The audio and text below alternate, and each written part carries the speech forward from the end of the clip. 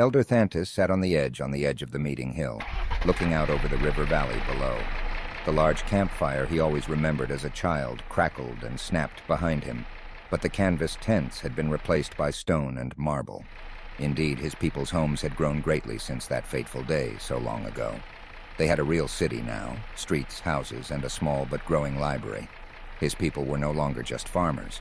They could do and be whatever they wanted with their lives. The field stretched out as far as his eye could see. The harvest was almost upon them, and he could see a few of the tenders wandering out there, the light of the twin moons holding true dark at bay. Past the fields were the trash mountains, although they hadn't had much trash in a long time. The young ones simply called them the Bone Hills, since they looked like the bones of a pheasant that had been picked clean by scavengers. But to Thantis they would always be the trash mountains. He looked up then, into the clear sky at the large white-blue moon, SEK, and his younger sister, the pale purple Rez. Stretching out along the sky, however, were the trash rings, the remains of an ancient battle that happened long before his time. The battle that had brought the trash jumpers here. Behind him he heard hushed tones and looked over his shoulder to see a herd of children looking his way and whispering. One was out in front, seeming ready to build up the courage to talk to him. Thantis decided to make it easy on them. The elder grumbled a bit and rose up, letting his 4 legs stretch out from under him, using his 2 upper hands to push a little. He was getting old, but he wasn't helpless yet. His long, shaggy mane remained simple and unfettered by the styles and trinkets kids these days like to weave into their own. The children gasped as he approached. A giant even among his own kind, he wandered closer to the warmth of the fire, and then settled back down on his legs. He looked around the group of children, who were all hushed and yet obviously wanted to ask.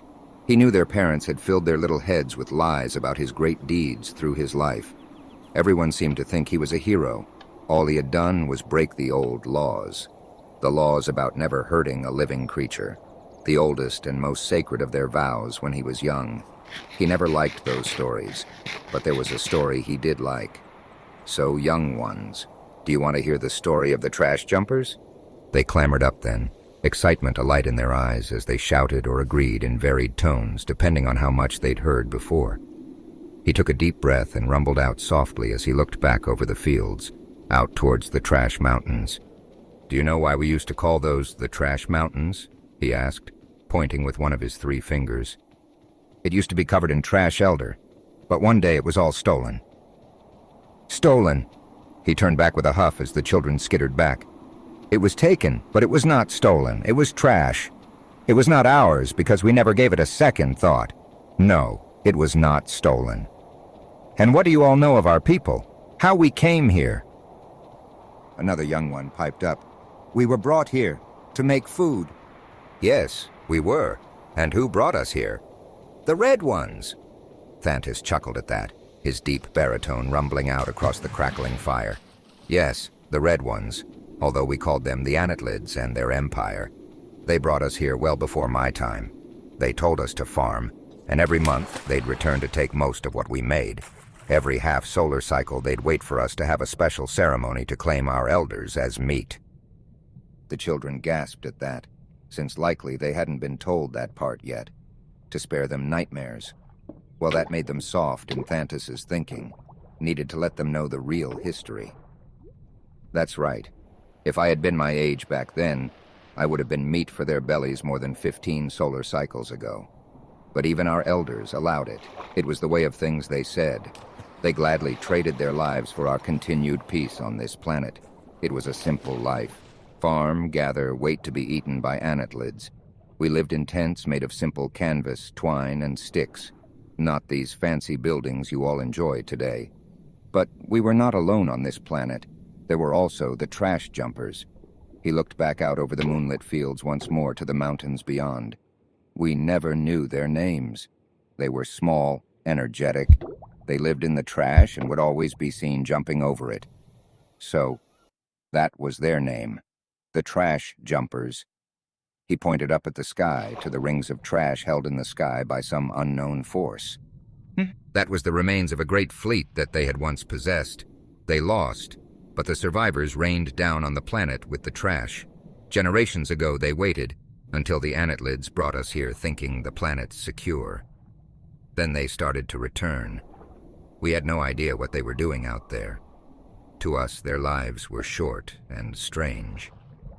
He mused over his thoughts, thinking back on his own childhood. They couldn't grow much. They had to live in the mountains and hide from the red ones, as you call them. So they'd venture down here to our home and trade with us.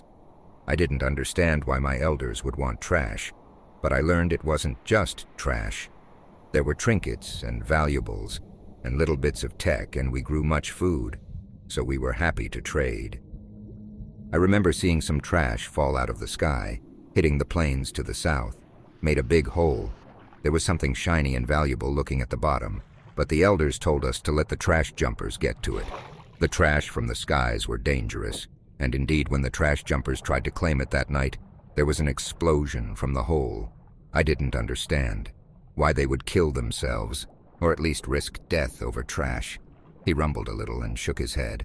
But one glorious night when I was young. Oh, that night. He smiled and looked up at the sky, thinking back on it. Then he pointed out over the mountains. We saw a light rising out of the trash. It was glorious. It shot up towards the heavens on a pillar of fire, but before it reached the sky, it exploded. He roared that out and startled the children, who gasped and shifted, his hands expanding out to emphasize it. I realized that's what they were doing with the trash. They were building something to reach the skies. Well, I figured after that night they were done. It hadn't worked, but it didn't stop them. More trash fell from the skies, and 2 weeks after the first attempt, we saw another pillar of fire rise up. Well, this one made it. He pointed up at the trash rings. We saw it rise up and vanish into the sky itself. The next day, more trash than ever rained down upon the plains. We didn't think about it at the time, but very little rained down on our fields. When I first pointed this out, the elders thought it was simple luck. I know now that it wasn't luck. It was the trash jumpers. They didn't want to harm us on accident. Better to hurt themselves. He shrugged his broad shoulders for a moment. The Annelids returned the next time on one of their ships. It moved much more quietly than the pillars of fire the trash jumpers had. They were tall creatures like us, very angular claws, teeth. He pantomimed the features for the children as he spoke. They were hunters and mean ones. One of our elders tried to tell them about the pillars of fire, but they didn't believe him. They were insulted at his attempts to spare himself from the ceremony and butchered him on the spot. Thantis shivered a little as he thought back on that night on the meeting hill, only feet from where he sat now. After that, we didn't tell the Annelids anything about the trash jumpers. They claimed more of our elders and left. They always picked the smartest among them as well. They wanted us to never stray from our task of farming after all. But the trash jumpers soon returned from their hiding holes in the trash. We saw more pillars of fire, soon once a night, then twice a night, and a week after that, we didn't see any more pillars of fire. Instead, we saw streaks of light, but there were more explosions during all this time. Not all their journeys were successful. I don't know how many of them died each week, but they never stopped. He rubbed his chin slowly. Then one day my mother and sister fell ill. It was the gray mold. Some of the food we had to grow just for the Annelids could get this strange fungus. It would take 2 or 3 days, but anyone who had it growing on them would die. The new elders told me it was simply the ways of life. They'd die and be set aflame to spare the rest of the herd. Slowly he shook his head and pointed back out at the mountains. But I knew the trash jumpers didn't think that way. I disobeyed our elders. I snuck into the tent they'd sealed up around my mother and sister. I collected some of the fungus and I went in search of the trash jumpers. Make no mistake, I was risking being thrown from the herd and marked an outcast. To venture beyond the valley was a grave offense back then. He thought back to that night. The fields were far longer than they looked like before that. He walked and walked and walked. It seemed to take all night. But finally he reached the edge of the trash mountains. He looked back at the children to fill them in on his thoughts. Back when they really were trash mountains, they were covered in metal, jagged, sharp pieces mostly. It was treacherous climbing up those hills. We weren't made for it. We're made for the plains. I cut myself many times, but I kept climbing up higher and higher. Then one of them found me. I remember seeing a cave in the distance, partially covered by a giant sheet of metal. I was covered in cuts and bleeding from many places when a light with no fire shined in my eyes. There were 3 trash jumpers, 2 of their males, 1 of their females. They had short hair, simple clothing held tight to the body, only 2 legs, and they seemed small, so small. He sighed out as he remembered that first real encounter. In the past, he'd seen them from a distance. Trading with elders, he'd never met them face to face. I begged them, pleaded, holding out the sample of fungus. I told them I had nothing to give, but I asked for their help. They didn't even hesitate.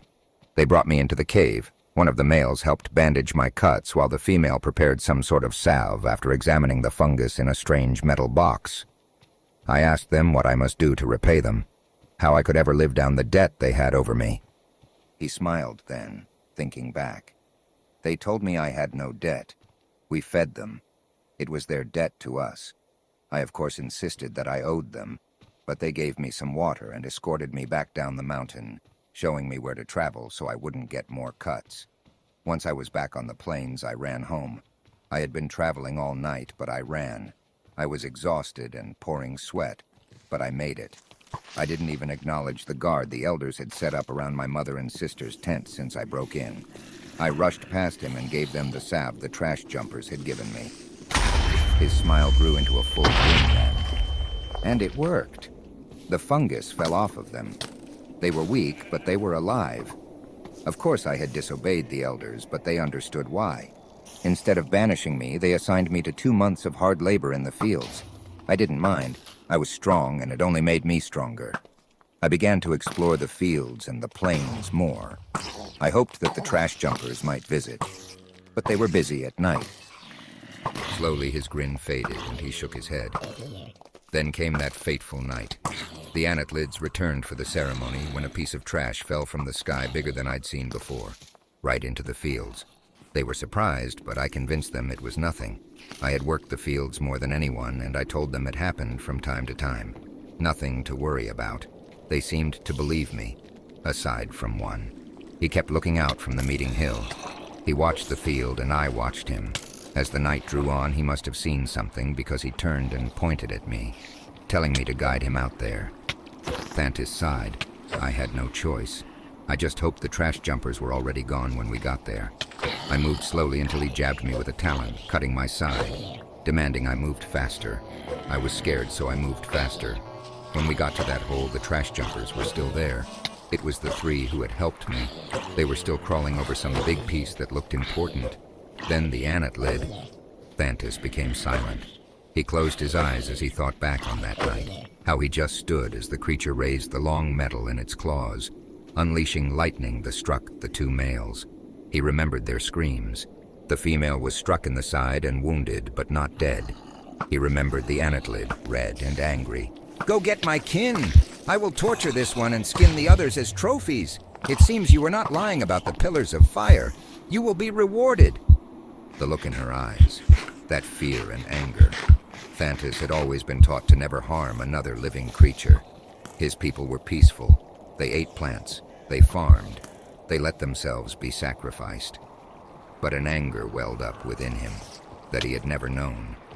He punched the creature and heard the surprise as it staggered, his mighty fist slamming into it again, driving it to the ground before he reared up on his hind legs and stomped on it. He remembered shaking with fear and guilt right after. The anger had faded, leaving him feeling sick. The mighty Thantis nearly pissed himself with regret. His herd would abandon him, not just banish him. They'd chase him from their lands to die alone. Slowly taking a breath, he looked back at the kids before him, waiting for his story to continue. I killed the Anatlid. I crushed him beneath my mighty hooves, but only after he had slain 2 of the trash jumpers. I had been weak and hesitated. I'll never forgive myself. But I picked up the injured female. She told me to grab part of the trash, and I ran. I carried her to the mountains and up. I was hasty and suffered many more cuts. But I brought her to her home. There were more trash jumpers this time, but they were in metal suits made of trash that I didn't understand at the time. They spoke in their own language, often looking at me, covered in my blood, and some of the Anatlids on my front legs. They seemed to make up their minds. They escorted me back down to the fields and to my home. There were about 30 of them in those trash suits. They told me they were going to attack the Anatlids and stop the ceremony. I couldn't believe it. But of course I agreed to help.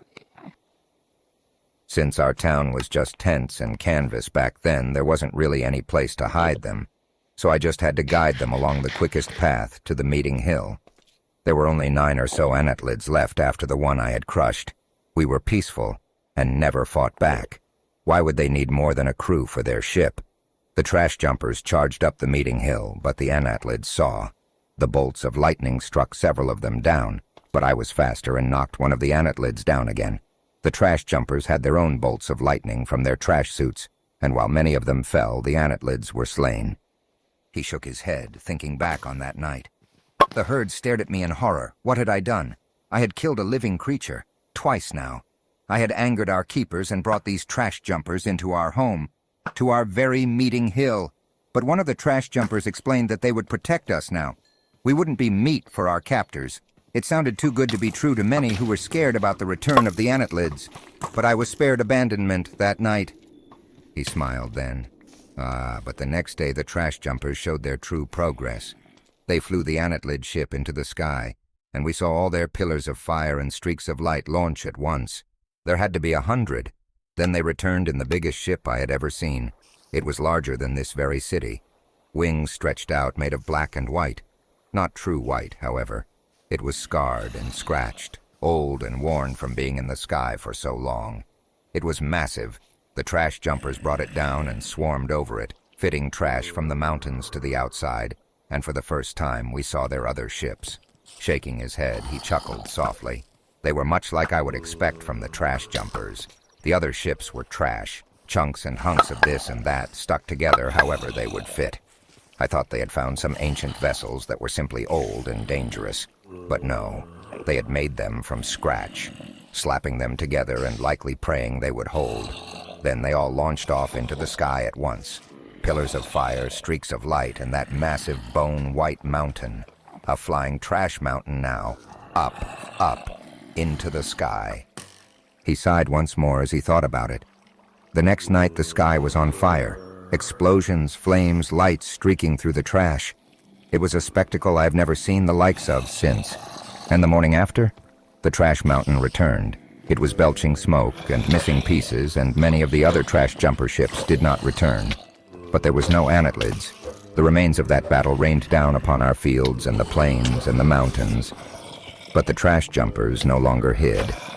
They swarmed out over all of it, patching together their flying trash mountain, making more ships, using everything they had. It took another month before those mountains were bare, the bone hills you see now. He grew silent then, thinking back on it. He'd been afraid to talk to the trash jumpers after his failure to save the 2 males. But the females sought him out, asked him to come to see their trash mountain. He'd begged forgiveness, but she once more said it was her debt to him, not the other way around. He had walked with her, out to the flying trash mountain as she spoke. We appreciate everything you and your people have done for us, but we need to go to the skies now. We will hunt the anatlids, we will find more of our own, and we will burn their empire to the ground. You're leaving? You're all leaving? But what will we do? You mean you'll just leave us here? Why won't you take us with you? Take you with us? No. We go in search of war and strife. You stay here. This planet is yours now. Live in peace. One day when the anatlids are no longer a threat, we will return to you in peace. But you get to live your lives however you want now. No one will threaten you. Thantus was shocked and sad at the same time. He couldn't believe the trash jumpers felt so indebted for bits of food the elders didn't want. You and your trash mountain honor us. I will make sure my people always know of our shared debt. Food for peace is a very small price. Us and our what? Your trash mountain that flies. He waved at the giant ship above them. She looked up and laughed. The memory of that laugh made him smile as he stared at the fire. The next day the trash jumpers left.